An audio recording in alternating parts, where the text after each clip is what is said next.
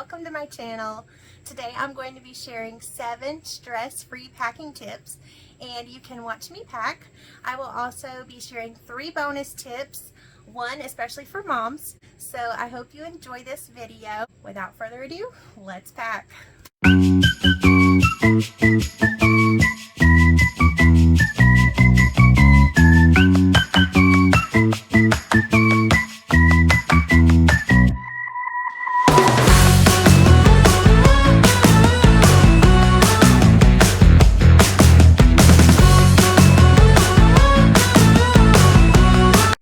So tip 1 of 7 is that I like to plan before I pack.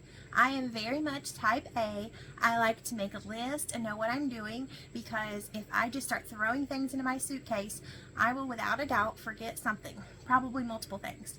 So I like to make a list and make sure that I know exactly what I need. I'm not running duplicates. I just check it off as I go. You may not need a list, but it's still a good idea to just sort of think through what you need to pack before you do. And don't just throw everything in there last minute, or you will most likely forget something. And yes, a lot of things you can purchase on the way, but this is also a budget-friendly tip, because if you plan, then you'll be less likely to make purchases of things that you already had. You just forgot to pack. Tip number 2 is to pack small items. If you have a large family, you may need more, but I have a husband and 2 kids and myself, and still I can just pack a small thing of like body wash, deodorant, shampoo,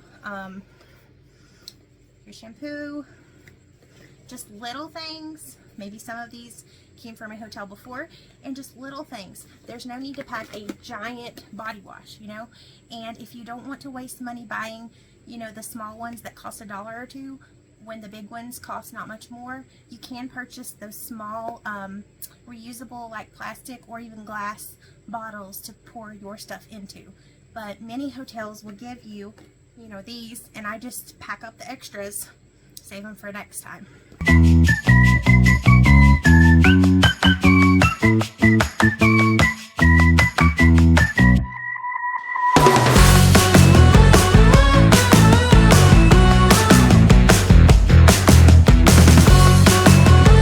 Tip number 3 is to be realistic. If you're going on a beach vacation for a week and there's a washer and dryer in your unit, you definitely don't need to bring tons of clothes. Even if you're going for a week, you could get by with 1 shirt a day, most likely. If there's some major emergency, you can probably purchase one at Walmart or wherever. There's no need to pack tons and tons of stuff for a trip. Especially if you have planned well and you know your itinerary, what you're going to be doing, then you definitely don't need tons and tons of stuff, because you can take exactly what you need. And you can also take things that will work for more than one occasion. So let's say you take a pair of jeans. Jeans will work for shopping. Jeans will work for going out to dinner.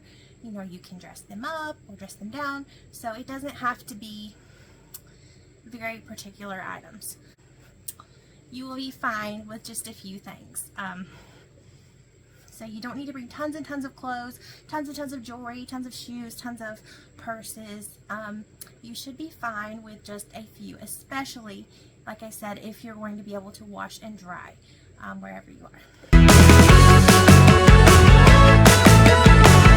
So here is tip number 4 for stress-free packing, is use items that are multi-use.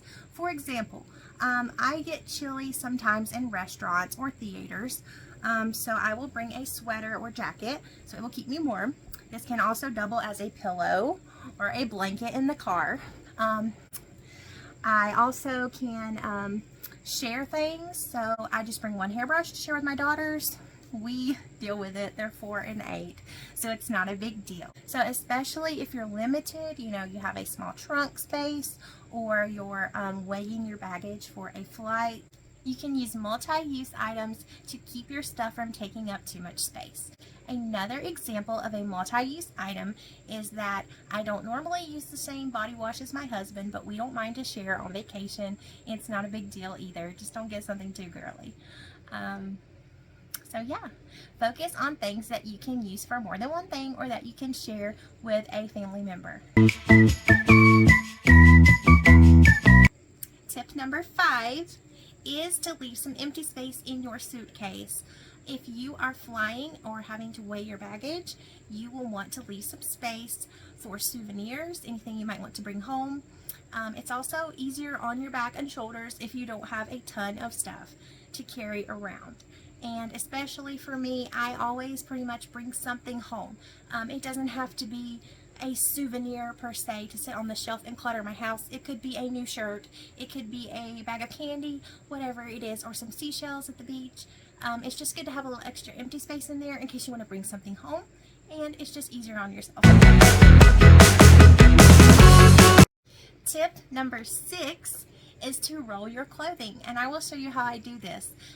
The main benefits of rolling your clothing: 1, they do not get nearly as wrinkled. It's amazing, really. You got to try it. You don't have those fold wrinkles because it's just rolled. And number 2, it's also great to roll your clothes because they take up less space in your suitcase. My mom taught me this, so thanks, Mom.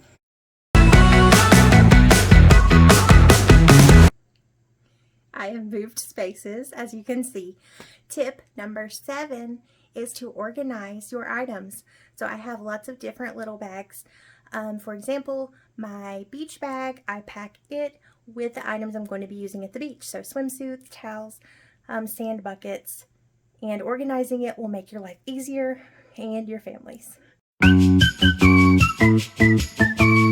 Tip number 1 is I like to keep all of my toiletry bags inside my suitcase when I'm not traveling, so it takes up a lot less space.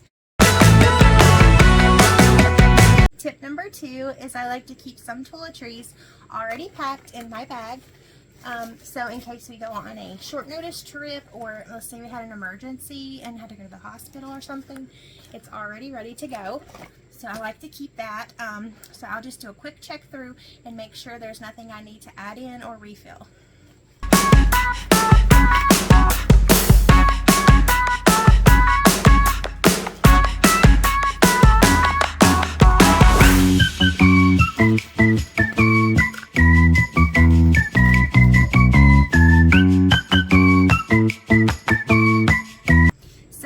One last tip. This is a bonus tip for parents or anyone traveling with kids.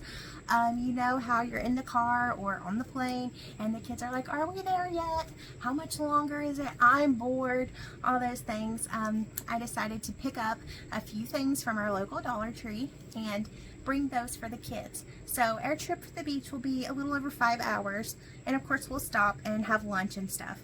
So I brought something for each hour that's brand new to give them. I brought one for each girl, so I'll show you that. So 1 hour we have Poppets, just to keep them interested and not as bored. For a second hour, I got some maze books. They have one of those, you know, old school cool little mazes on the front with the ball, and then inside lots of mazes you can draw with. And I'll bring some crayons, so they each get one of those. Hour 3, I got some Wild Kratts stickers, and they're the repositionable stickers with the scenes. So you can put your animals, you know, in the water, in the Arctic, or in the grassland. So that's fun. Hour 4, I got some trivia questions. But these are trivia questions, so my older daughter can read them to my youngest daughter. Here's a sample. So these are summer cards. What is the largest ocean in the world? Is it Pacific, Indian, Atlantic, or Arctic? It is Pacific. So those will be fun cards, and my 4-year-old just loves cards, so she can play with these. So that'll be fun. And then for the last hour, I don't know. I think we forgot to get the 5th one. So we'll figure out something, maybe a special snack or something. So that's fun. That'll keep the kids a little more entertained. Even if they only play with it for 5 minutes, 5 times 5, that is 25 minutes that you don't have to hear, are we there yet? I'm bored, all of that. So that'll be fun. I would love to hear in the comments what your best packing tip is. Yeah, I would love to hear if you have anything different than what I said. So thank you so much for watching. I truly appreciate it, and I'll see you in the next one. Bye.